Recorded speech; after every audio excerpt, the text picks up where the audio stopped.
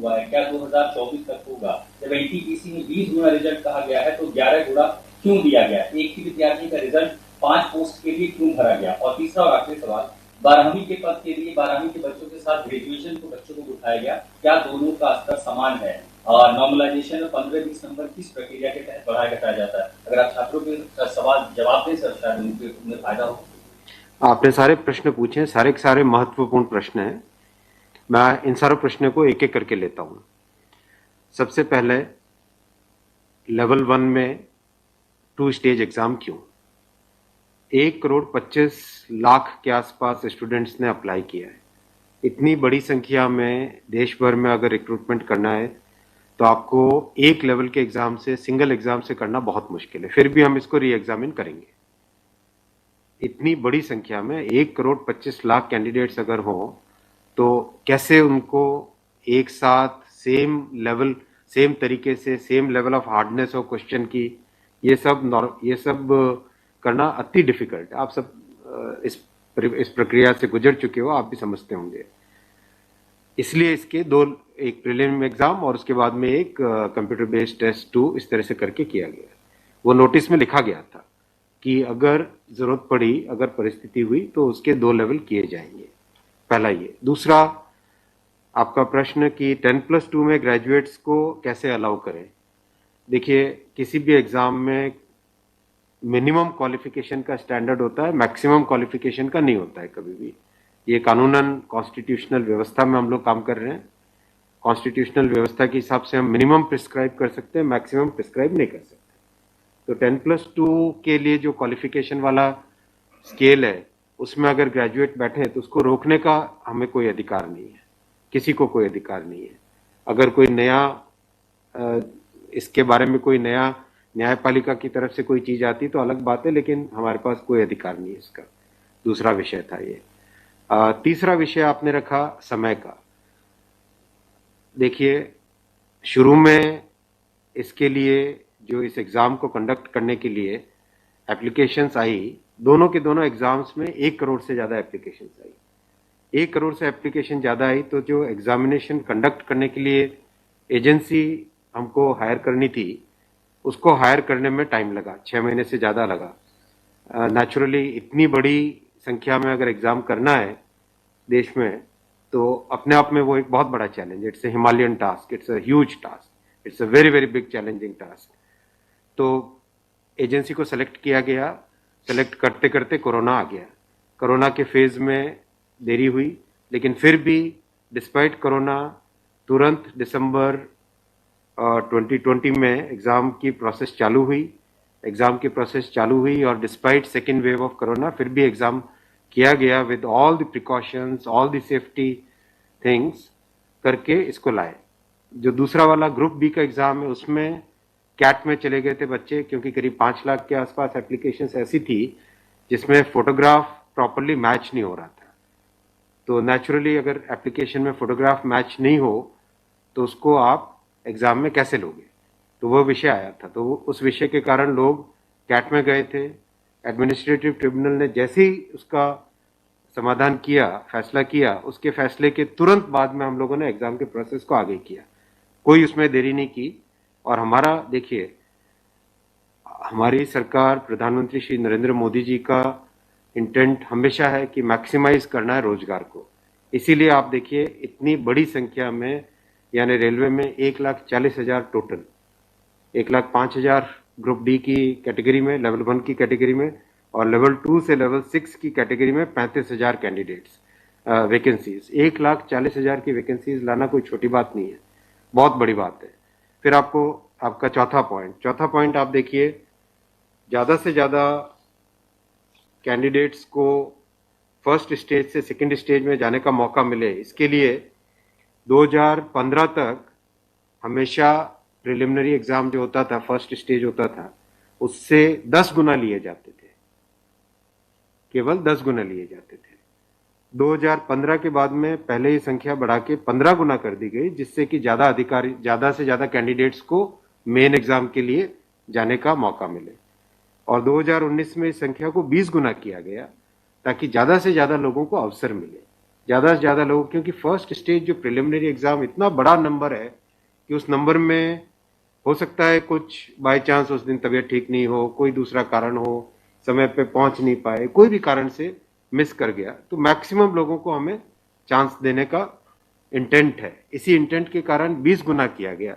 जो 10 गुना था 2015 से पहले, उसको 20 गुना किया गया 2019 में। तो ये प्रो स्टूडेंट्स, प्रो कैंडिडेट्स वाली अप्रोच है हमारी, और हमारी इंटेंट एकदम नेक नियति से काम कर रहे हैं, सच्चाई से काम कर रहे हैं। देखिए, कोई भी कहीं भी एक भी जगह से कहीं कोई पेपर लीक होने की बात नहीं है, कहीं पे कोई एग्जाम के मैनिपुलेशन की बात नहीं है। जो आज सिर्फ मुद्दा है, मुद्दा सिर्फ इतना है कि शॉर्टलिस्ट कैंडिडेट्स कितने किए जाए, यही मुद्दा है। इस मुद्दे को सॉल्व करेंगे, इसको भी हम बहुत सेंसिटिवली सॉल्व करेंगे। हमारे लिए छात्र हमारे साथी हैं, हमारे भाई हैं, हमारी बहनें जो एग्जाम दे रहे हैं, तो हमारे लिए बहुत इंपॉर्टेंट है। हम इसको बहुत सेंसिटिवली हैंडल एक करेंगे। तस्वीर और दिखाई पड़ी, बच्चों को लाठीचार्ज। कल रात को आपने देखा, अगर तस्वीरें दिखाई हो हॉस्टल में घुस, मैं आपको इतना बताना चाहूंगा कि जो लोग किसी भी अपनी खुद की संपत्ति को अगर जलाते हैं, खुद की संपत्ति पे अगर अटैक करते हैं, उसको डिस्ट्रॉय करने की कोशिश करते हैं, तो उसमें जो प्रक्रिया पुलिस की होती है वो होनी, अगर हुई है, मेरी बात आप इसमें स्पष्ट रखिए कि मैं छात्रों को कह रहा हूं कि आपकी संपत्ति है, आप अपनी संपत्ति को जलाने के लिए क्यों बाहर निकले। और हम आपकी बात को शुरू से सुन रहे हैं। जिस दिन आपने पहले पॉइंट रखा, उसी दिन हमने तुरंत इसका, जैसे ही दूसरे दिन ही मेरे नज़र में आ गई थी बात ये, और दूसरे दिन मैंने तुरंत सारा ये टेबल मंगवाया कि आप मुझे एग्जैक्ट बताओ हर एक लेवल पे क्या वैकेंसी है, और हर एक लेवल पे एग्जैक्ट, जैसे लेवल 2 पे 5663, उसकी जगह 1,13,000, कितने गुने? 20 गुने। लेवल 3 पे 4,940, उसके अगेंस्ट कितने शॉर्टलिस्टेड? 98,833, 20 गुने। तो जो नोटिस के अंदर प्रक्रिया एग्जैक्टली उसके हिसाब से किया है, हर एक पे, level 2, level 3, level 4, level 5, level 6, हर एक पे एग्जैक्टली 20 टाइम्स किया गया है। इश्यू वो नहीं, इश्यू डुप्लीकेट नहीं, इश्यू यूनिक वाली बात आ गई। अब वो मुद्दा उनका है, क्योंकि इसलिए मुद्दा आ रहा है कि जिन लोगों ने तैयारी कर ली है उनको लगता है कि हमें एक बार और चांस मिल जाए, इसीलिए हम इसको बहुत सेंसिटिवली हैंडल करेंगे।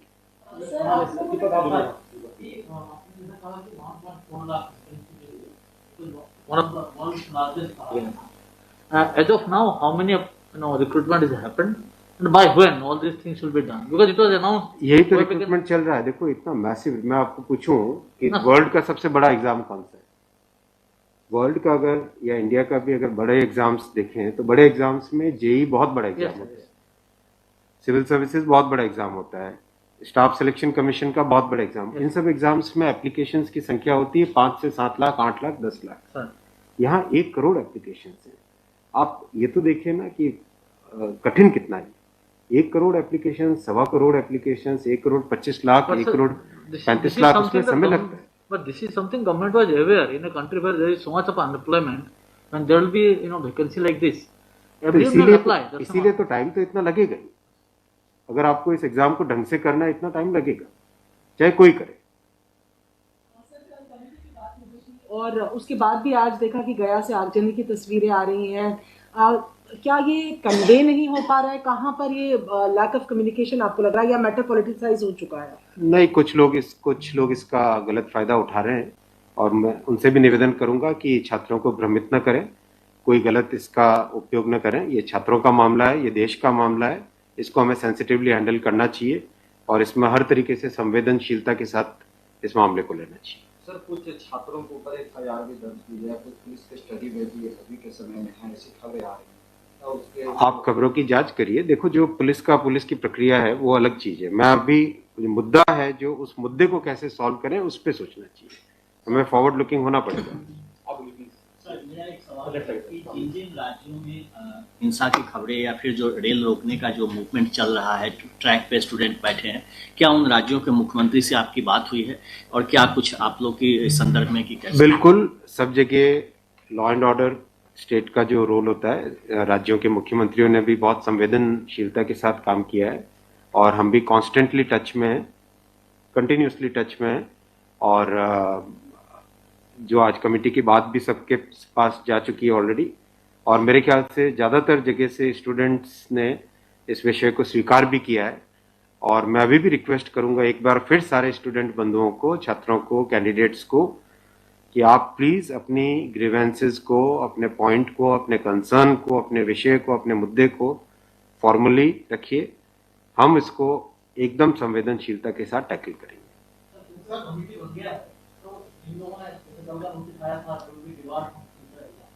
Will that also be considered because they did not know that this is going to happen? नहीं, देखो, कमिटी एक बहुत ही सीनियर ऑफिसर्स की है और ये कमेटी हर चीज को, जितने भी मुद्दे इसमें आएंगे और हर एक मुद्दे को जल्दी से जल्दी, इसमें कमेटी का टाइम लिमिट भी दिया। कितना टाइम दिया हमने? टाइम लिमिट टोटल 4 मार्च तक। जो कमेटी की रिपोर्ट आने का क्या मतलब, जल्दी से जल्दी हमारा एम है कि इस मुद्दे को बिल्कुल भी डिले न करके जल्दी से जल्दी सॉल्व करें। 16/2 तक सारे के सारे कैंडिडेट्स अपने कंसर्न सबमिट कर सकते हैं। 3 वीक्स टाइम दिया। I think that's a reasonable time. इससे ज़्यादा टाइम देने की ज़रूरत नहीं है। और कमिटी अपना सारे कंसर्न्स को एग्जामिन करके रिकमेंडेशंस देने का टाइम 4 मार्च दिया गया। तो कोशिश करेंगे उससे पहले अगर हो जाए, 4 मार्च से भी पहले अगर हो जाए। डिपेंड करेगा कि कितने रिप्रेजेंटेशंस आते हैं। और मोटे मोटे मुद्दे तो अभी आ चुके हैं पब्लिक में सबके, इसलिए मुझे नहीं लगता है कि इसमें बहुत ज़्यादा टाइम लगेगा। मुद्दे हैं वो आपकी नॉलेज में आ गया है, मोटा मोटी सही आ गया है। दूसरी ओर ये कि जो आपके पैरामीटर्स हैं उस पर सब कुछ सही तरीके से दिया गया है, उसी तरह से शॉर्ट लिस्ट किया गया है। फिर इसमें प्रॉब्लम कहाँ? फिर उसमें कमेटी आपको रिपोर्ट क्या करेगी और करेंगे क्या? इसका मतलब अगर चेंज करते हैं कुछ तो दूसरे एक बड़ा पक्ष और भी तो विरोध करेगा। हाँ, ये इसीलिए तो मैं आपको देखो बताऊं ना, एग्जैक्ट किसी भी लेवल पे नोटिस में जो लिखा था कि 20 गुना कैंडिडेट लेंगे, अगर आपके सामने टेबल रखा हुआ है, 5,663 की जगह 1,13,000 यानी 20 गुना। 4,940 के लेवल 3 में 98,833 20 गुना। 161 के अगेंस्ट 3223 20 गुना। 17,393 347 3,47,676 20 गुना। 7,124 वैकेंसीज के अगेंस्ट 1,42,413 20 गुना। एग्जैक्ट 20 गुना है हर एक लेवल का। अब स्टूडेंट्स क्या कह रहे हैं कि जिन कैंडिडेट्स ने एक से ज्यादा लेवल में क्वालिफाई कर दिया है, राइट जी, उसके कारण सपोज मान लीजिए लेवल 3 में जो लेवल 5 का कैंडिडेट है वो भी क्वालिफाई हो गया है जी, तो वो लेवल 3 में कोई एक कैंडिडेट को जो क्वालिफाई नहीं हुआ है, उसे लगता है कि अगर उसको यूनिक के हिसाब से काउंट करते तो शायद उसको भी एक मौका मिल जाता मेन एग्जाम देने का। बराबर है, ये मुद्दा है, मुद्दा ही है।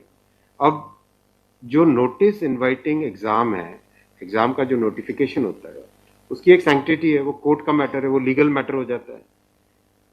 एग्जैक्टली उसके हिसाब से किया गया एग्जाम का, एग्जाम को उसी हिसाब से कंडक्ट किया गया, उसी हिसाब से शॉर्टलिस्टिंग की गई। अब जब ये मुद्दा आया है तो इस मुद्दे को सॉल्व करने के लिए कोई ना कोई तो तरीका निकालना पड़ेगा, राइट? तो आपका जो प्रश्न है, आपका प्रश्न वैलिड है कि क्यों ऐसा।